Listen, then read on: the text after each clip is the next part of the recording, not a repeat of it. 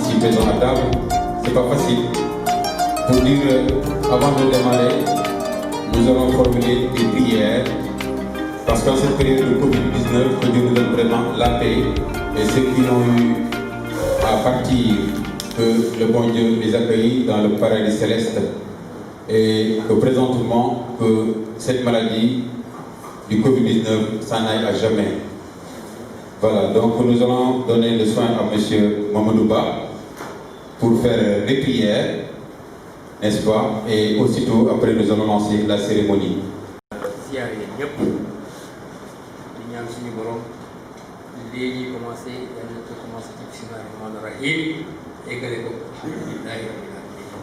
kon bokk ñun ñi fi teew ñëpp muy jullit muy chrétien ñun ñëpp mën nañu ñaan suñu borom léegi nag ñun alors nañu commencé ci julli Fatiha julli ci yonent bi def ayatul kursi def Ixlaas wala ak Naas yi ñu tëjee ko alors julli ci waat ci yonent bi ñaan suñu borom bés bi yal na ci yàlla def jàmm sutura production Madame Samb bi yal na nekk une production féconde wàll ci ñun ñëpp parce que dañuy yëngu ci affaire yooyu simla onze billahi mina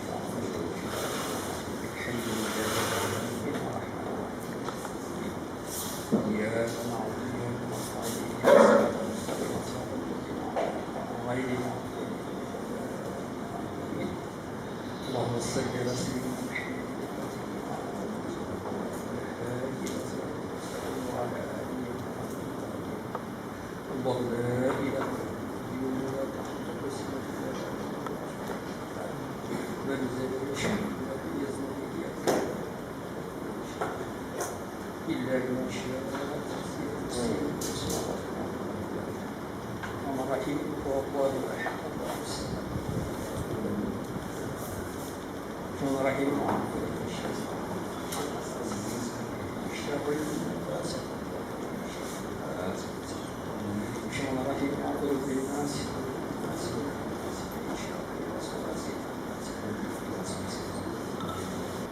M. Mango prendra le relais en tant que professeur de lettres et critique littéraire, critique d'art.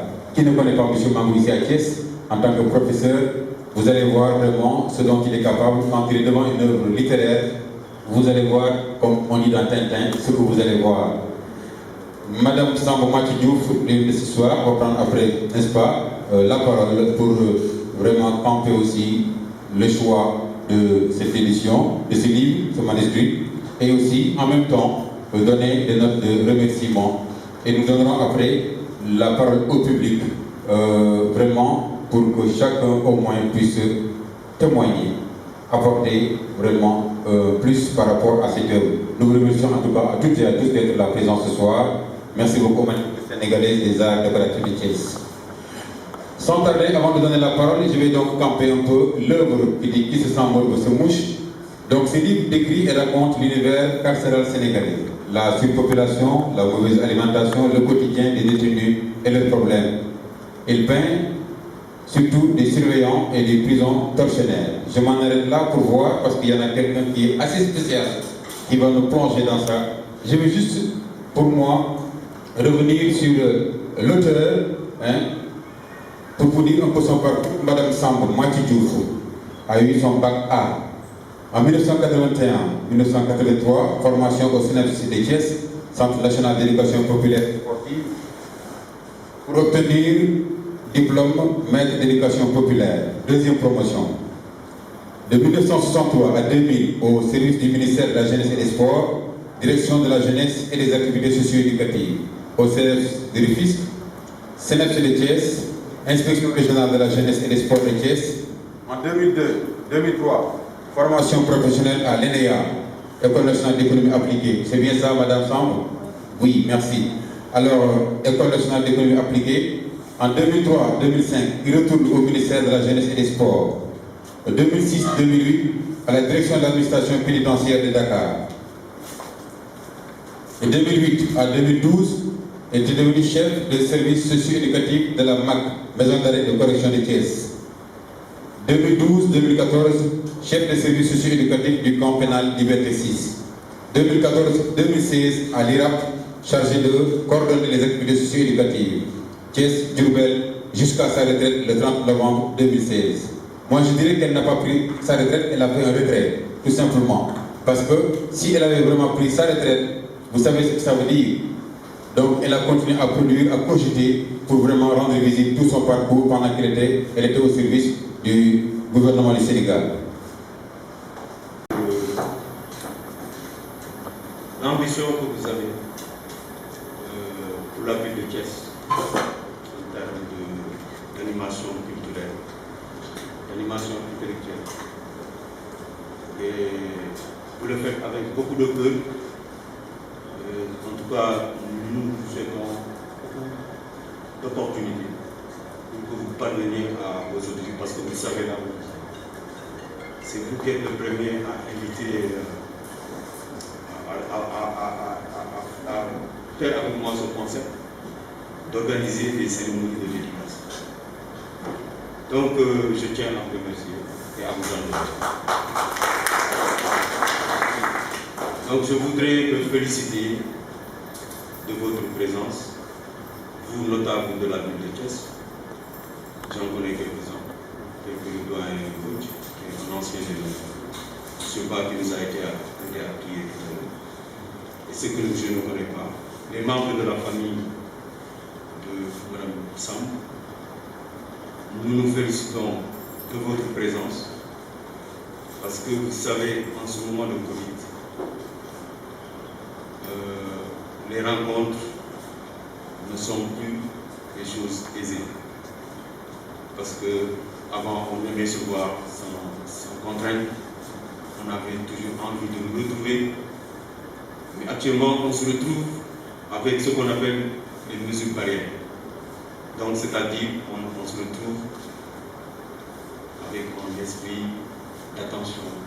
On fait attention à l'autre. Et ça, c'est pas aisé. Mais malgré cela, vous avez tenu à être là.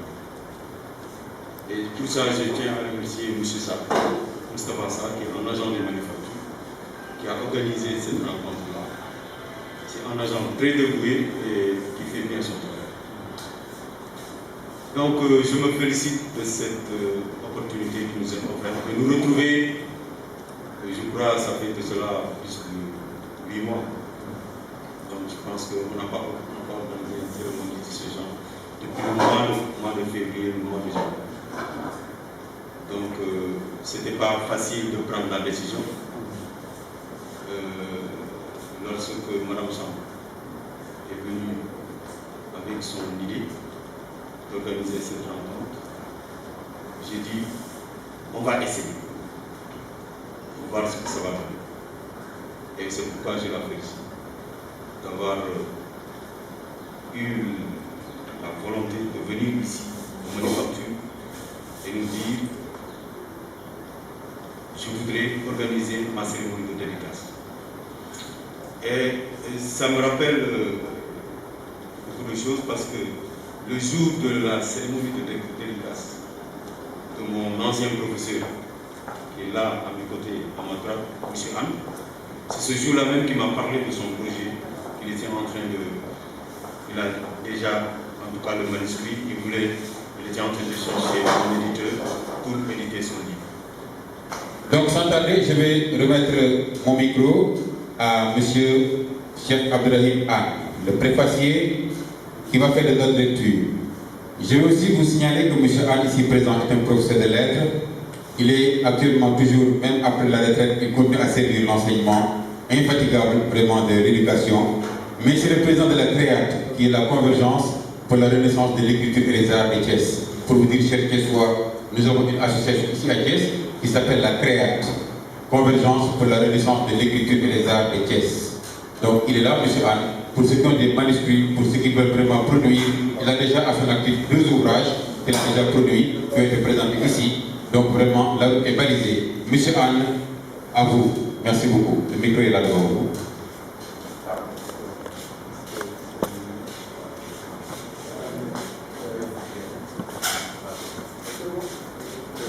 Mesdames et messieurs,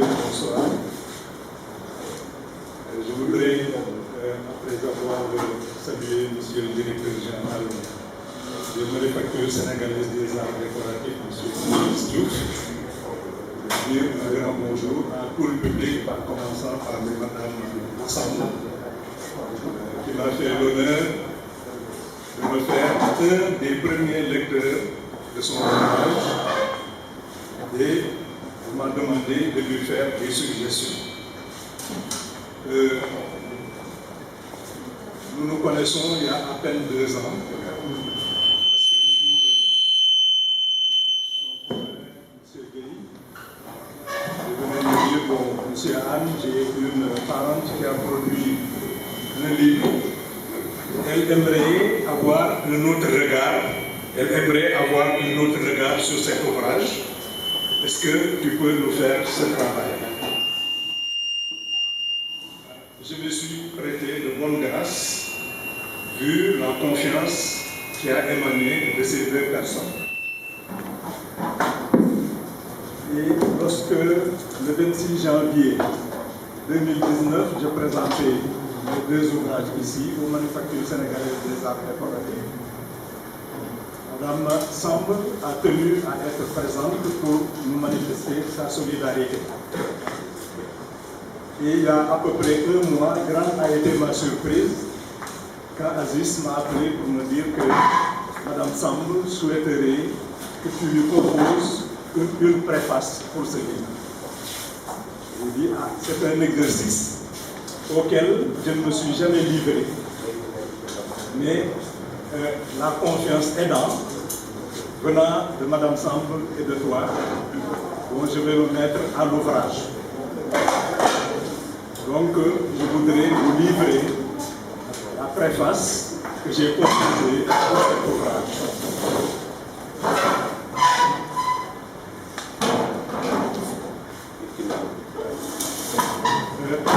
La création artistique, en général, littéraire en particulier, n'est pas toujours et forcément adossée à des connaissances, ses compétences résultant d'un cursus académique et universitaire avéré.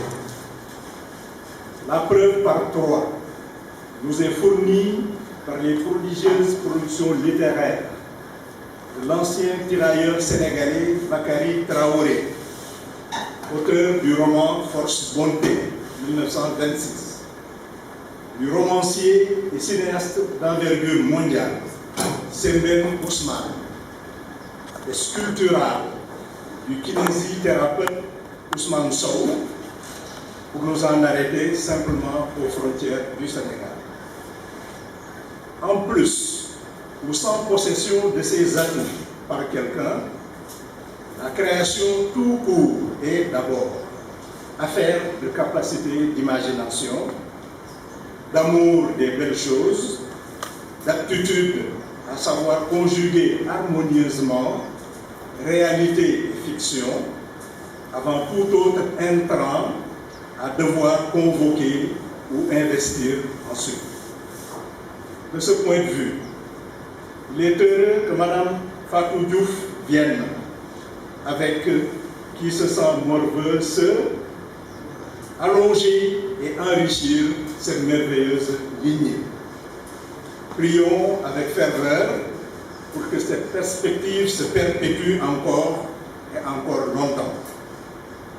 Outre le fait de venir s'ajouter aux créateurs autodidactes cités plus haut, Madame Samb me paraît être, par ailleurs aussi, une héritière d'écrivaines sénégalaises de talent, comme Annette Mbaye d'Erneville, Nafissatou Diallo, Mam Younous Dien, Aminata Maïgaka, Mariama Ba, Aminata Soufal, Sokhna Benga, Fama Diagne Sen, Rahmatou Samb Sek, André Marie Diagne, Fatou Diom, Madiguen Niang, Elisabeth Ngom Faye et Jean Noubi. Après qu'il est universellement reconnu que le premier devancier cité est un romancier, je veux parler de Bakary Traoré, malgré son unique production, que le second à une bivalence d'écrivain et de cinéaste émérite, que les œuvres colossales du troisième lui ont conféré une stature de sculpteur génial, la question maintenant est de tenter de ranger le bébé, entre guillemets, littéraire de Mme Samb, ou plus simplement, Fatou Diouf Samb Mathieu, si je peux m'appuyer sur une fraternité antérieurement installée, ranger donc ce bébé dans une des catégories des belles productions littéraires. L'on me permettra, en passant, de rendre hommage à l'artiste comédien amoureux de son talent, conteur talentueux, maître de cérémonie émérite. Au sujet de cette tentative de classification de la présente œuvre, l'on notera qu'elle présente les caractéristiques suivantes.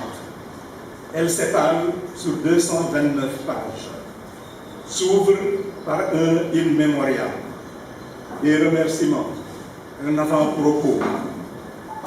Cette œuvre s'articule aussi autour de 43 séquences ou parties. Et c'est moi qui ai pris la liberté de les dénommer ainsi, dès lors que l'auteur n'a mentionné à leur frontispice quelque aberration génétique que ce soit. La longueur, certes, lui confère la qualité de roman, mais l'écriture à la première personne du singulier n'en fait certainement pas une autobiographie, dès lors que l'auteur pose des problématiques extérieures à sa personne, qu'elle dénonce ou soutient, fait défiler sous nos yeux des personnages réels dont elle mentionne les noms et prénoms pour certains, ou dont elle change les leurs pour d'autres, pour ne pas encourir des poursuites judiciaires ou blesser leurs innocents descendants. Cependant, même si l'on ne peut pas ranger cette production dans les catégories des œuvres littéraires classiques, poésie, roman, théâtre, recueil de contes ou de nouvelles, elle n'en apparaît pas moins comme un précieux et pluridisciplinaire document de littérature générale dans lequel les divers acteurs de la justice, magistrats, greffiers, avocats, de l'administration pénitentiaire, du Parlement, du pouvoir exécutif, des organisations de défense et de protection de la personne humaine pourront trouver d'inestimables informations de sources à même de leur permettre d'accomplir leur mission plurielle. Au final, et à mon humble avis, Fatou Diouf Samb possède des talents certains d'écriture qui, très prochainement, pourront nous procurer d'autres produits qui, les uns après les autres, feront émerger et confirmeront une écrivaine de renom. Le long de sa carrière administrative, elle a été d'abord maîtresse d'éducation physique populaire, donc agent du ministère de la Jeunesse et des Sports, avant de réussir ensuite son entrée à l'école d'économie appliquée dont elle est sortie comme médiatrice pédagogique. Par détachement, elle a eu à migrer vers le ministère de la Justice dans sa composante administration pénitentiaire et à y revêtir un statut de travailleuse sociale. On peut donc assurément affirmer que c'est cette double casquette d'éducatrice qui a dû légitimement incliner et prédisposer Mme Fatou Diouf Samb à s'ériger en défenseur acharné, mieux en avocate intrépide des détenus, chaque fois qu'il lui a été donné de constater ou d'apprendre des violations de leur qualité de personne humaine, quelle que soit la gravité des faits les ayant conduits dans cet univers. S'agissant maintenant de son choix de m'avoir porté pour servir la préface de sa production, à vrai dire, l'auteur, Fatou Diouf Samb, est généreuse et a simplement voulu me faire honneur, mais son avant-propos pouvait bien valablement suppléer une préface. En effet, tout est dans cette préface magistrale. son sens pointu de l'observation et de l'analyse, son aptitude à imaginer des alternatives de nature à humaniser les procédures et sanctions administratives, judiciaires, pénales, en les adaptant au profil spécifique du détenu, voire de la personne humaine tout court, et surtout son extrême humilité qui lui a fait qualifier ce produit de, je sais, modeste contribution teintée du sceau du partage. Fin de citation. Dans cette œuvre, elle a choisi de nous transporter, voire de nous immerger, de gré ou de force, dans le monde difficile mais inconnu du grand public de la prison au Sénégal.